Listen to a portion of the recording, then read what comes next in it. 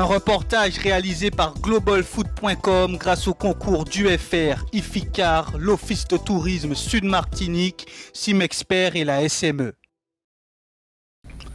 La commune du Diamant, particulièrement connue pour sa vue imprenable sur le fameux rocher, se distingue également par son bourg à la fois paisible et chaleureux. Le soir, sous ses lumières douces et au rythme apaisant des vagues, il invite à la détente. Sa grande place, animée par une atmosphère conviviale, est idéale pour savourer un repas, un cadre parfait pour passer un moment de tranquillité. La tranquillité règne également au stade Armand Ribier où l'US Diamantinoise accueille le CO Trinel. Actuellement dans la zone de relégation, l'équipe du Diamant doit rapidement engranger de précieux points pour tenter de se sauver.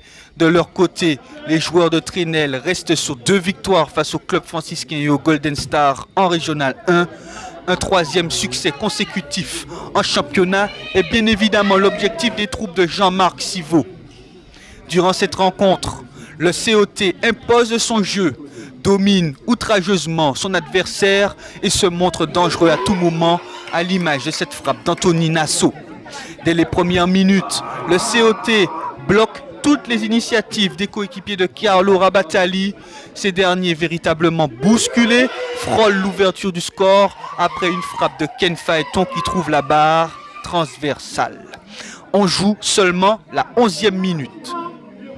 Au quart d'heure de jeu, les Diamantinois parviennent à se créer une situation offensive, notamment grâce à ce beau centre de Dylan Agatine qui ne trouve pas preneur.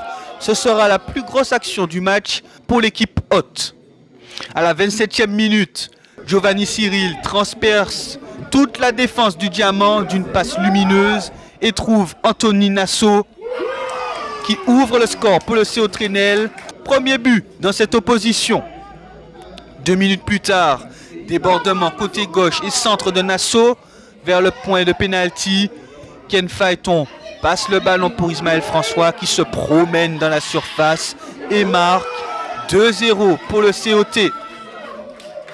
À la 39e minute, le bloc de l'équipe de l'USD se retrouve très avancé et il se fait contrer. Anthony Nassau sert Sébastien Domerger qui n'hésite pas et fait trembler les filets. 3-0. C'est le score logique à la pause. Reprise du jeu. Première minute de la seconde période. La défense diamantinoise est encore trop haute. Sur une contre-attaque à 3 contre 3 menée par Anthony Nassau, sa frappe est d'abord arrêtée. Mais dans un confort total et sans être pressé, Nassau conclut parfaitement son action en inscrivant un but. 4-0 pour le COT. À la 52e minute, corner pour Trinel. Et c'est au tour de Carl Faeton de marquer. Cette fois, c'est le 5e but du match. 5-0. À l'heure de jeu, l'US Diamantinoise est sur le point d'encaisser un nouveau but avec ce jeu en profondeur et cette occasion de Ken Faeton. Mais l'action est ratée. 71e minute, 6-0. Ken Faeton marque de la tête. Dans le temps additionnel de la rencontre, le COT profite encore une fois des largesses tactiques de l'USD. Grâce à Leroy Lérès, les Trénéliens concluent et inscrivent le 7e but de leur équipe. 7-0, score final. Impression, on a une équipe qui était beaucoup plus déterminée sur le terrain, le CO Trinel. Ça s'est vu dans les impacts, dans les courses. On fait plutôt une bonne entame de match. On a une possibilité de marquer le premier but sur un centre où il loupe la tête et puis après ça s'enchaîne. Si j'ai une déception ce soir, c'est l'état d'esprit où on n'a pas refusé la défaite, au contraire on l'a accepté. Donc bon, c'est un match, il faudra vite passer à autre chose pour continuer dans cette lutte pour le maintien.